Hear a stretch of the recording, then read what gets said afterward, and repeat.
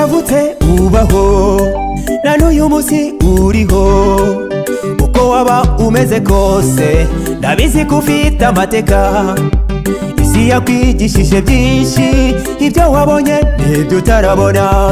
uravuga amateka y'abandi nawe bakavuga amateka yawe ese turaboneye cyangwa se twaranduye amateka yawe niba rimaze ihindura amateka yawe niba rimeze urahirwa twebwe abana b'abantu turavuga ibyo tubona hanze amateka yacu akarangira ariko menya neza ko dufite byinshi biri mu mitima yacu tuziranye n'Imana yonyine twisuzume twihane amateka yawe niba arimo bihindura amateka yawe niba rimeze urahirwa twebwe abana b'abantu turavuga ibyo tubona hanze amateka yacu akarangira ariko menya neza ko dufite byinshi biri mu mitima yacu tuziranye n'Imana yonyine twisuzume twihane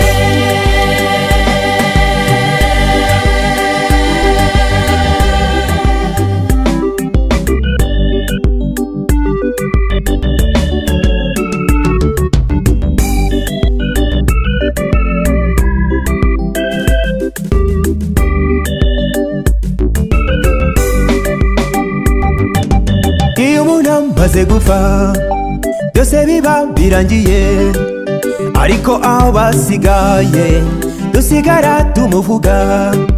hariho abamuvuga neza abandi bakamuvuga nabi ariko amateka nyamukuru azwi n'Imana yonyine dutegure inzira zacu kwihereza dutaye ijuru amateka yawe niba arimo bihindura amateka yawe niba rimeze urahirwa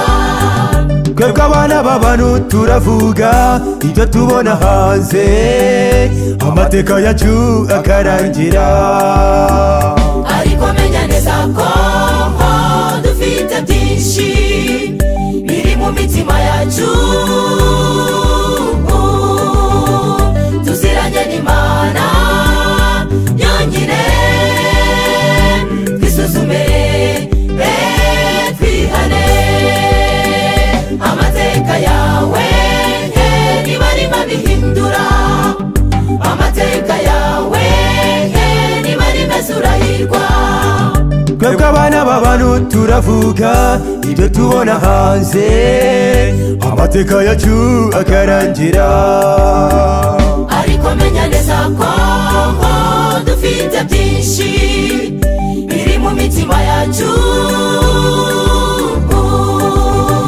tuziranye n'Imana yonyine twisuzume twihane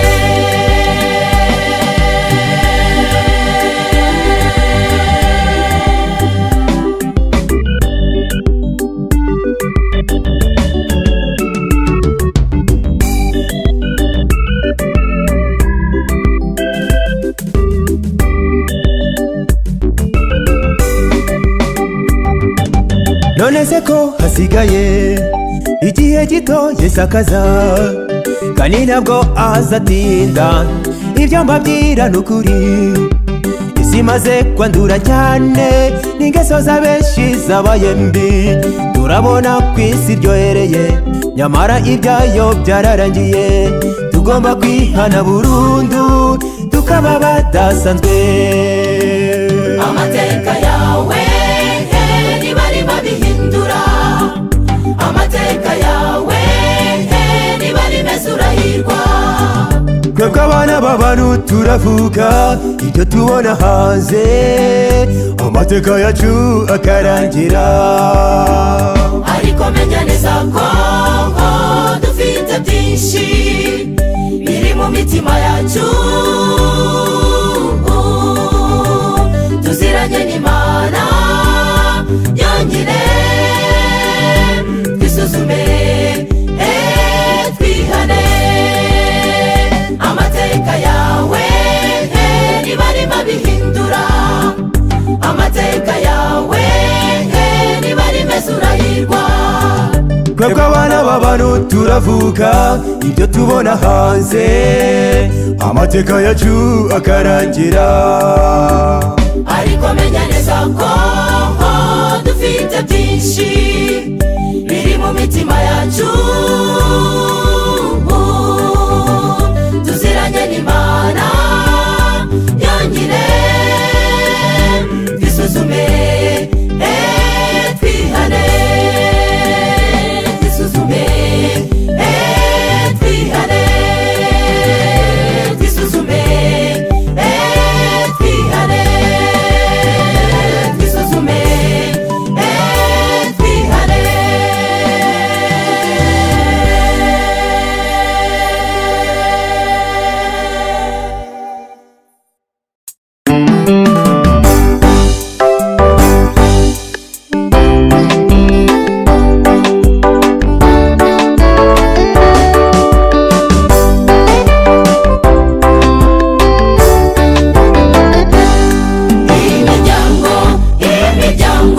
imiryango wehembe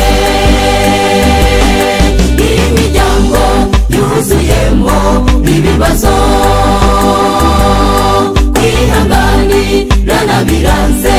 ingeso ziravuka buri gihe umugabo yadukana ubusambanyi umugore ati nanjye turahimara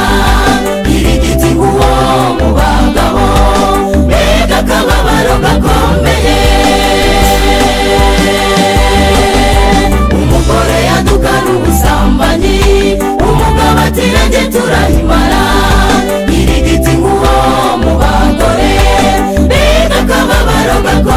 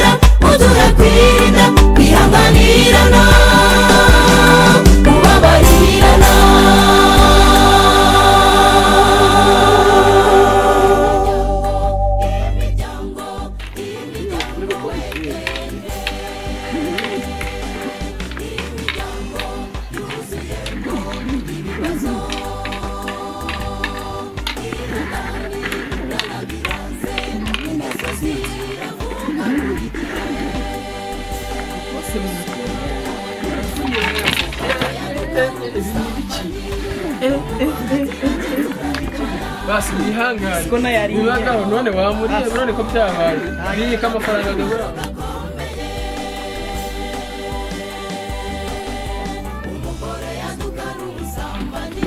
do iki cyatinze kimenya ibiryo kandi nandi ibiryo bya kumena ibyo biryo bari hasi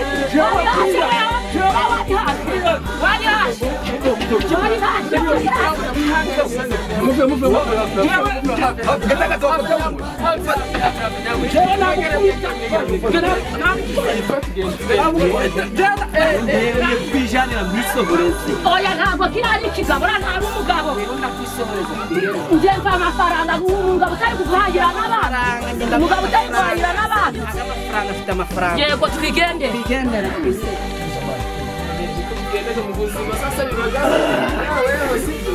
Toma turababwiraga sibyo ibintu nabirani ko bibaga simba ndayikundaga simba ndayikundaga n'ubundi turababwira ntabwo babonaga n'abagore ariko imvura ngiye ikubitira idoze weho sha so mucuruzi idoze weho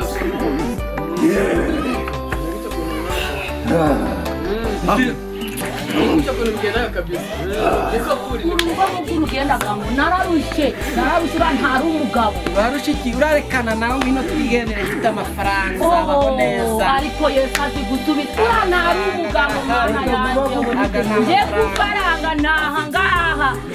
mbonye umugabo nawe uraninzwezwe urasanga babyaranye inshuro ebyiri umugore ararera abana 10 umugabo ntacyo kubaha afite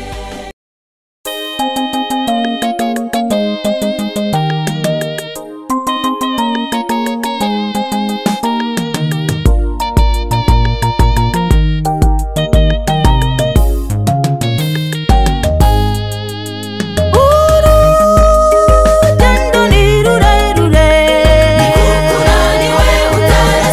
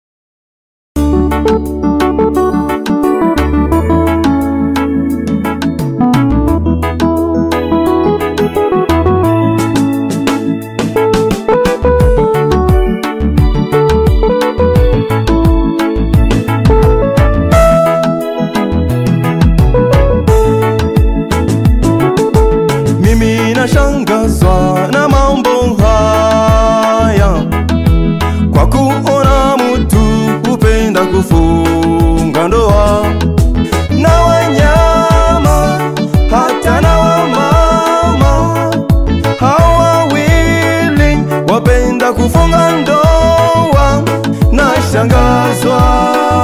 na mambo haya ya dunia hii. Mungu twahitaji Roho Mtakatifu ili atuongoze sisi sote. Bila huyo Roho hatuwezi kitu. Kwa nyakati hizi ngumu za mwisho, Mungu twahitaji Roho Mtakatifu ili atuongoze sisi sote. bila huyo Roho hatuwezi kitu. kwa nyakati hizi ngumu za mwisho,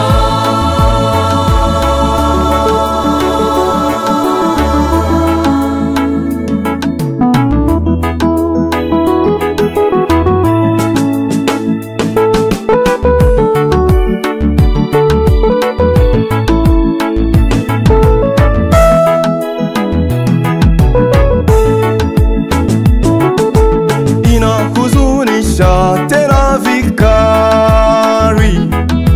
kwa kuona msichana mrembo kwenda kwa waganga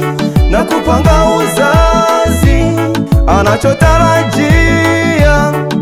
ni usharati. Ewe ndugu, sikilizeni, nyakati hizi Mungu twahitaji Roho Mtakatifu ili atuongoze sisi sote. Bila huyo Roho hatuwezi kitu. Kwa nyakati hizi ngumu za mwisho, Mungu twahitaji Roho Mtakatifu ili atuongoze sisi sote. Bila huyo Roho hatuwezi kitu. Kwa nyakati hizi ngumu za mwisho,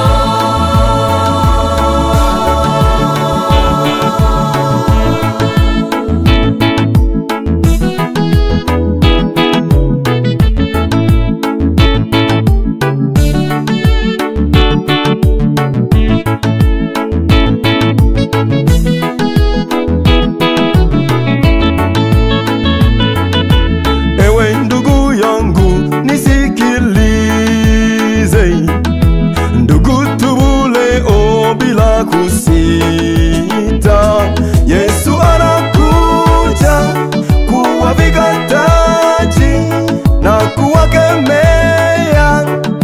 wale waovu na kutakia kuvikwa taji milele na milele. Mungu twahitaji Roho Mtakatifu ili atuongoze sisi sote.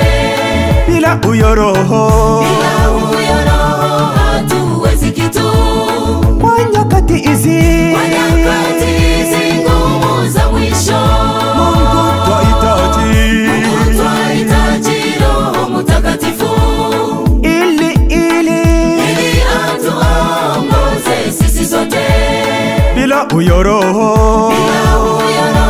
hatuwezi kitu.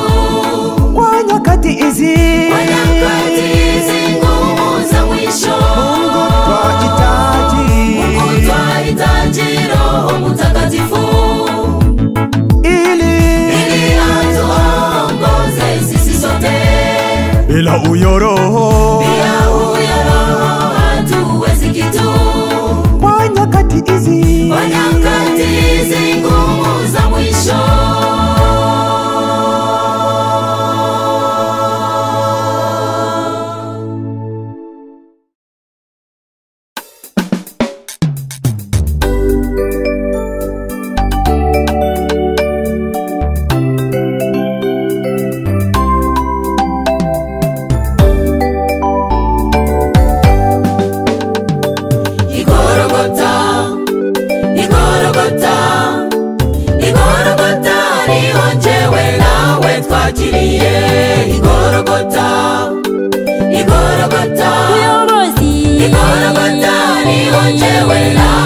twakiriye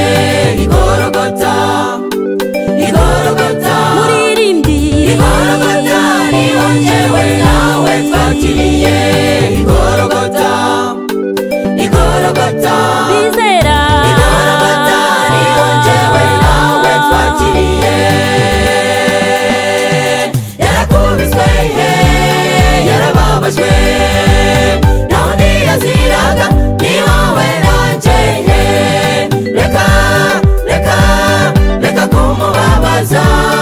iyo ukora aya mafuti yawe biramushengura yarakubiswe yarababajwe naho ntiyaziraga ni wowe nanjye reka reka reka kumubabaza iyo ukora aya mafuti yawe biramushengura hariya ku musaraba niho yabambiwe hariya ku musaraba niho twakiriye hariya ku musaraba niho twacunguriwe hariya we hariya yataba Yesu we nari uwo gupfa hariya ku musaraba niho yabambiwe hariya ku musaraba niho twakiriye hariya ku musaraba niho twacunguriwe hariya we hariya yataba Yesu we nari uwo gupfa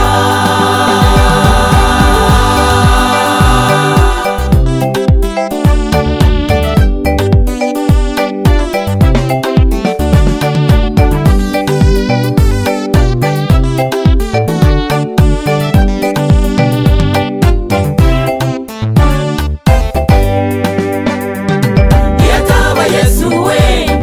yataba Yesu yataba Yesu we yataba Yesu hariya amaraso yamenye n'ukuri yataba Yesu we yataba Yesu yataba Yesu we yataba Yesu ikamba ry'amahwa bamwambitse ku mutwe yataba Yesu we yataba Yesu yataba Yesu we yataba Yesu iriya sipongo bamunywesheje irura yataba Yesu we yataba Yesu twarabo gupfa mbega intsinzi ikomeye umwami Yesu aragarutse mbega intsinzi ikomeye umwami Yesu aragarutse hariya ku musaraba niho yabambiwe hariya ku musaraba niho twakiriye hariya ku musaraba niho twacunguriwe hariya we hariya yataba Yesu we nari uwo gupfa hariya ku musaraba niho yabambiwe hariya ku musaraba niho twakiriye hariya ku musaraba niho twacunguriwe hariya we hariya yataba Yesu we nari uwo gupfa hariya ku musaraba niho yabambiwe hariya ku musaraba niho twakiriye hariya ku musaraba niho twacunguriwe hariya we hariya yataba Yesu we nari uwo gupfa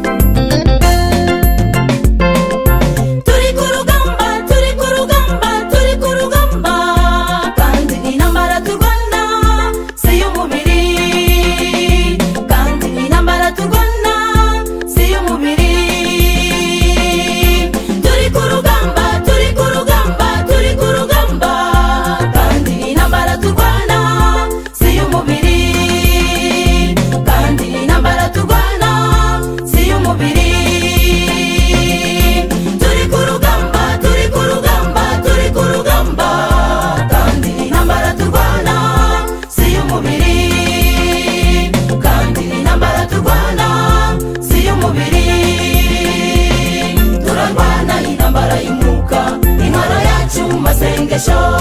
umuyobozi Yesu we Bibiliya ukatwemeza ukawera ukatuyobora tukuzuzwa yewe urwana intambara y'umubiri zirikana ko uzasarura kubora Isifero wayirwanye we yaraneshejwe bikomeye ajugunywa muri isi ngwino dufatanye turwane intambara y'umwuka tuzanesha yewe urwana intambara y'umubiri zirikana ko uzasarura kubora Isifero wayirwanye we yaraneshejwe bikomeye ajugunywa muri isi ngwino dufatanye turwane intambara y'umwuka tuzanesha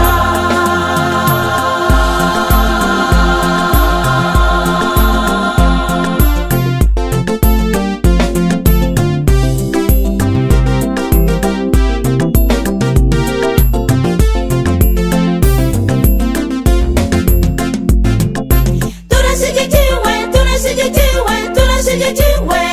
vuba aha tuzabyina intsinzi tunesheje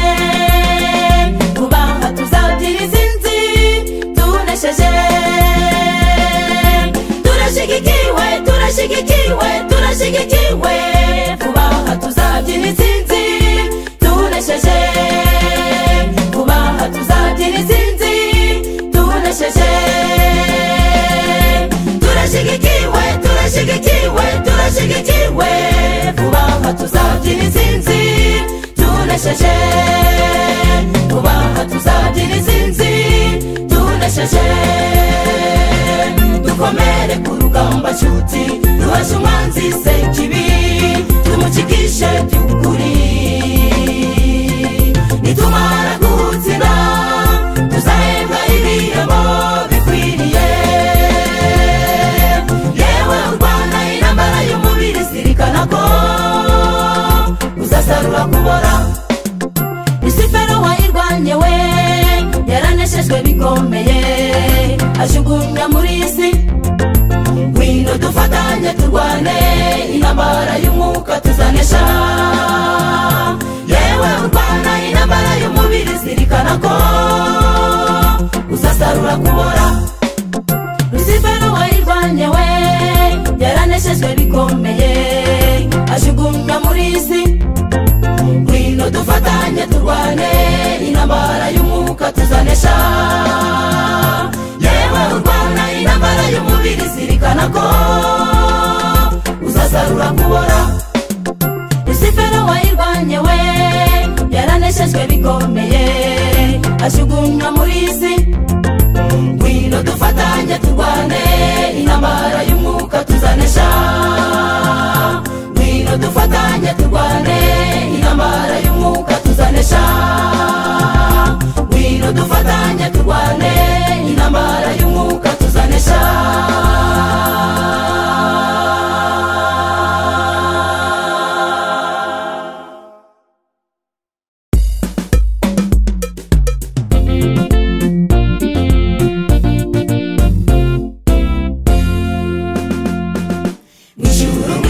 mw'ijuru tuvuga ibyago we tugenekereza kugerayo biza curiki mbega umunezero wo kwitwa abatahajuru nifuza kuzamba muri uwo mubare n'umunezero gusa ibyishimo umurimo tuzakora n'ukuririmba mbega amajwi azamutse mbega amakondera n'ishurango yaho izaba idasanzwe n'umunezero gusa ibyishimo umurimo tuzakora n'ukuririmba mbega amajwi azamutse mbega amakondera n'ishurango yaho izaba idasanzwe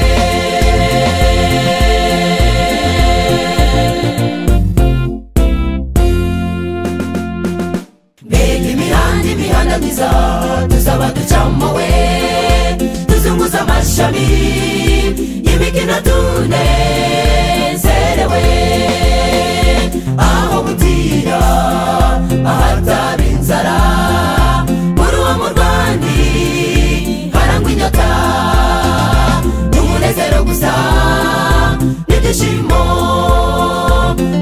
umurimo tuzakora n'ukuririmba mbega amajwi azamutse mbega amakondera incurango yaho izaba idasanzwe n'umunezero gusa n'ibyishimo umurimo tuzakora n'ukuririmba mbega amajwi azamutse mbega amakondera incurango yaho izaba idasanzwe